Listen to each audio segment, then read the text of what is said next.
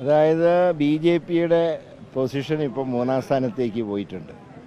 അതിനെ 1-ാം സ്ഥാനത്തേക്ക് ഉയർത്താനുള്ള ഭീഷണിയും മറ്റുമാണ് ഇതുകൊണ്ട് ഉദ്ദേശിക്കുന്നത്. അതേസമയത്ത് മാർക്സിസ്റ്റ് പാർട്ടിയാണെങ്കിൽ ആ ബാങ്ക് മുഴുവൻ അടിച്ചു മാറ്റി. അപ്പോൾ തെറ്റ് ഇപ്പോൾ CPM-ൻ്റെ കയ്യിലാണ്.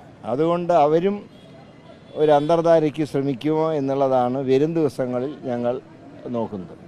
ഇപ്പോൾ ഇവിടെ വളരെ വ്യക്തമായി തന്നെ ഈ ബാങ്കിലെ കവർച്ച, അതിന് ഞാൻ ആ വാക്കിനെയാണ് കവർച്ച ഇന്ന് വ്യക്തമായി വന്നിട്ടുണ്ട് കാര്യങ്ങൾ. പക്ഷേ മുഖ്യമന്ത്രി അതുകൊണ്ടാണ് ഈ കഴിഞ്ഞ കുറേ ദിവസങ്ങളായിട്ട് അദ്ദേഹത്തിൻ്റെ പ്രസംഗം മുഴുവൻ ഒരു കോൺഗ്രസ് വിരുദ്ധ പ്രസംഗമാണ്. എന്തൊക്കെയാ ഒരു അദ്ദേഹത്തിൻ്റെ തന്നെ ഭാഷയിൽ പറഞ്ഞാൽ ഒരു പ്രത്യേക മാനസികാവസ്ഥയിലേക്ക് എത്തിയിരിക്കുക. അതിൻ്റെ കാരണം ഈ ബാങ്ക് തന്നെയാണ്. അപ്പോൾ അതുകൊണ്ട് ഈ നടപടികൾ എന്താണെന്ന് ഞങ്ങൾ ഉറ്റുനോക്കുകയാണ്.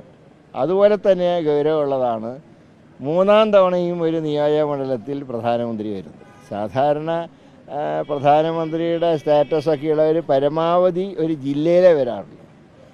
ഇന്ദിരാഗാന്ധിയൊക്കെ ഉള്ള സമയത്ത്, രാജീവ് ഗാന്ധിയൊക്കെ ഉള്ളപ്പോൾ ജില്ലകളിലാണ് യോഗത്തിന് വരാറുള്ളത്. കോൺസ്റ്റിറ്റ്യുവൻസി തിരിച്ച് വരും, ചില സന്ദർഭങ്ങളിൽ വരാറുണ്ട്. പക്ഷേ ഇത് ഒരു നിയോജക മണ്ഡലത്തിൽ 3-ാമത്തെ തവണ വരുന്നു. എന്നാൽ മണിപ്പൂരിലേക്ക് വിട്ട് തിരിഞ്ഞു നോക്കിയിട്ടുമില്ല. ഇതെല്ലാം ഗൗരവത്തിൽ കാണേണ്ട വിഷയമാണ്. അപ്പോൾ 3-ാം സ്ഥാനത്ത് നിൽക്കുന്നവരെ 1-ാം സ്ഥാനത്തേക്ക് കൊണ്ടുവരാനുള്ള ശ്രമമാണ്. പക്ഷെ അത് ഇവിടെ ചിലവാവില്ല. അല്ല, ഞാൻ പറഞ്ഞല്ലോ, 3-ാം സ്ഥാനത്ത് നിൽക്കുന്ന BJP 1-ാം സ്ഥാനത്തേക്ക് കൊണ്ടുവരിക.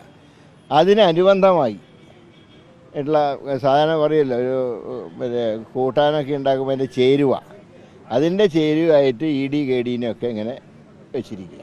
അതാണ് ഇപ്പം അതിൻ്റെ കാര്യം. പാർട്ടിക്ക് ബന്ധമില്ലെന്ന് പറഞ്ഞെങ്കിലും ഏരിയ കമ്മിറ്റി അംഗങ്ങളെല്ലാം സന്ദർശിക്കുന്നത് അല്ല, അവർ ഞാൻ പറയാം, അത് അവരുടെ തൊഴിലാണ്. ബോംബ് ഉണ്ടാക്കുക, പൊട്ടിക്കുക, സ്ഥിരം പരിപാടി. എത്ര കാലമായി തുടങ്ങിയിട്ട് അറിയോ? എൻ്റെ പഴയ ഞാനിപ്പോൾ പ്രതിദാനം ചെയ്യുന്നത്, ഇപ്പോൾ ഞാൻ MP ആണല്ലോ അവിടുത്തെ സ്ഥിരം പരിപാടിയാണ് അത്. അതിനിടയ്ക്ക് ബോംബ് പൊട്ടും, ചിലർ മരണപ്പെടും, ചിലരുടെ കയ്യോ കാലോ പോവും. ഇവിടെ ഉണ്ടായിട്ടുള്ള മരണമുണ്ടായി. അപ്പോൾ ഈ തിരക്കിൻ്റെ ഇടയിൽ രാജ്യം തെരഞ്ഞെടുപ്പിൽ നേരിടുമ്പോഴും അവരുടെ ലക്ഷ്യം എന്താ? ബോംബുണ്ടാക്കുക, പൊട്ടിക്കുക. അപ്പോൾ ഇത് ആർക്കെതിരായിട്ട് പൊട്ടിക്കാനാണ് ഉണ്ടാക്കിയിട്ടുള്ളതാണ് നോക്കേണ്ടത്. ഇപ്പോൾ അല്ല, അവിടുത്തെ സ്ഥിരം പതിവാണത്. എതിർ സ്ഥാനാർത്ഥികളെപ്പോലും തടഞ്ഞു വയ്ക്കുക, ബോംബെറിയുക, ഇതൊക്കെ സ്ഥിരം പരിപാടിയാണ്. എനിക്കറിയാലോ, കഴിഞ്ഞ ഇലക്ഷനിൽ എന്നെ തടഞ്ഞല്ലോ ഒരു പോളിംഗ് ബൂത്തിൽ ചെന്നതിന്. പോളിംഗ് ബൂത്തിൽ ചെന്ന സ്ഥാനാർത്ഥിയെ തടഞ്ഞു വന്നു. എൻ്റെ ജീവിതത്തിൽ ആദ്യത്തെ അനുഭവം, സ്ഥാനാർത്ഥിയെ തടഞ്ഞൊരനുഭവം. മറ്റേ എന്തൊക്കെ രാഷ്ട്രീയ അഭിപ്രായ വ്യത്യാസം ഉണ്ടെങ്കിലും ഒരു സ്ഥാനാർത്ഥി ബൂത്തിൽ കയറി ചേരുമ്പോൾ തടയാന്ന് പറഞ്ഞാൽ. ഒരിക്കൽ ഞാൻ എൻ്റെ അവിടുത്തെ ഒരു തലശ്ശേരിയിൽ എൻ്റെ ഒരു പോളിംഗ് ഏജൻറ്റിനെ ഞാൻ നോക്കുമ്പോൾ വിചാരിച്ചു, മറ്റേ വയ്യാത്ത ആൾക്കാരെ കസാലയിൽ കൊണ്ടുപോകല്ലോ, അതുപോലെ കൊണ്ടുപോകാമെന്നാണ് വിചാരിച്ചു. എൻ്റെ ഏജൻറ്റിനെ അങ്ങനെ കസാലയോടെ എടുത്ത് പുറത്തേക്കും. അതാ ഈ 21-ാം നൂറ്റാണ്ടിലേക്ക് മാർക്സിസ്റ്റ് പാർട്ടി അവിടെ എത്തിയിട്ടില്ല. അതിൻ്റെ ദോഷം അതൊക്കെ.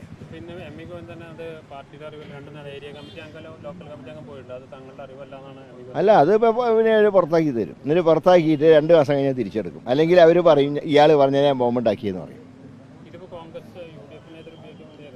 ഏതാ? അല്ല, അത് ഇവർ പൊട്ടിക്കുമ്പോഴേ സാധാരണ പുറത്തു വരുള്ളൂ. ഒന്നുകിൽ പാർട്ടി ചിലപ്പോൾ ഇലക്ഷൻ കഴിഞ്ഞിട്ട് എറിയാൻ വേണ്ടി വെച്ച ബോംബായിരിക്കും.